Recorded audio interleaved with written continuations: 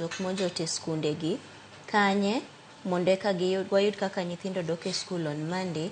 Apani this was a rushed decision nikech kaka iwacho kawacho ni nitie skunde moko bedo affected whatsoever ma jogo nyadok e school, but is that a majority of the schools? Skunde mag public ma most of the majority mar population nyithindgi dhie gidwa dok e skul ni nango kata kaponi skunde go ji ok ojote.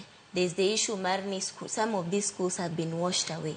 Wano ka nitie skunde ma koro sani gionge choche, skunde ma jopuonj oyudo lal, skunde ma pod pi oumo nyaka sani.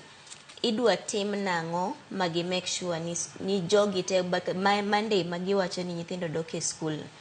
Nyithindo gi gidwa dok e school machal nango. Is the school available mokwongo? Kora pani this was very rushed. Ede gi kuongo gi make sure ni giyudo kama gitere jok mojote school, ging'iyo status mag school ka school, eka gi make that decision. Maybe one more week no romo mondo giyud kaka skunde ma need repair, skunde ma onego bedni ma jopuonje be oyudo lal, ma jonyuol oyudo lal. Ging'iyane malong'o mokwongo eka giyud kaka gitero, kaka gilando chieng' ma nyithindo chak dok e school.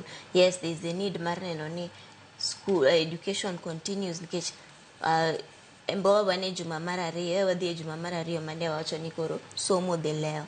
But kirango the bigger picture, nyithindo gi dwa dhi timo penj gite.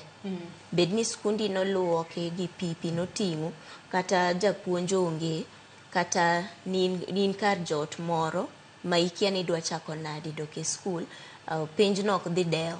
Kora pani serikal beste moko the decisions magi make onego bed properly reasoned kipok lendo makama owuoke. Parents osewacho ni okay, my son is not going back to school. I mean, you can't force that.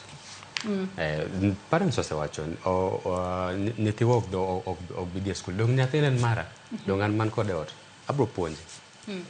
Mane the rise mare. Most parents are saying that koro abro puonjo nyithiwa ot. Ka government ok nyaketo the right message mondo watek nyithiwa school. Ngeni wang'isi gimoro achiel no. Ine skunde kaka Brave and Brook House, nyithindo dhi school. They are not affected in any way. No way they are affected. They are public school in Moja, they are public school in South B, they are public school, any public school, they are actually very much affected in one or the other. We've lost even teachers. Koro, okay, a very easy decision for command. We are the majority, and a very it's very sad that we are really forcing our kids to go back to school, learn in any way possible. I mean, that is wrong. We need to provide a good environment for them to go back to school. Koro, wangi Kenyans from the eye of a parent, from the eye of a leader. And then wangeni we are doing the right thing as a country. Yeah. To kata kamano bende wakelo twak moro mani mana kaka iwacho ni seche moko ko yaw skunde gwenge moko to podo lori. Dong mano bro bedo ka disadvantage nyithindo kose nango Brenda nikech yudo ni mana kaka iwacho ni bende penj to en achiel. Seche moko wach ni skunde makata katiyo kod ranyisi mayudore kar dak Mbadare mayande koro koth oywero gik moko mang'eny skunde makamagi loro to mago mayudore kata county ma Kisumu kata gwenge mamoko mapacho ka itiyawo. Dong nyathie mabro bedo disadvantage kata ko bedo ni jonyuol koro chung ni anto nyathina ok dhi school. Kichingini seche ma janyuol wacho ni anto nyathina ok dhi school, the moment ma government directive chanitie ni skunde oyaw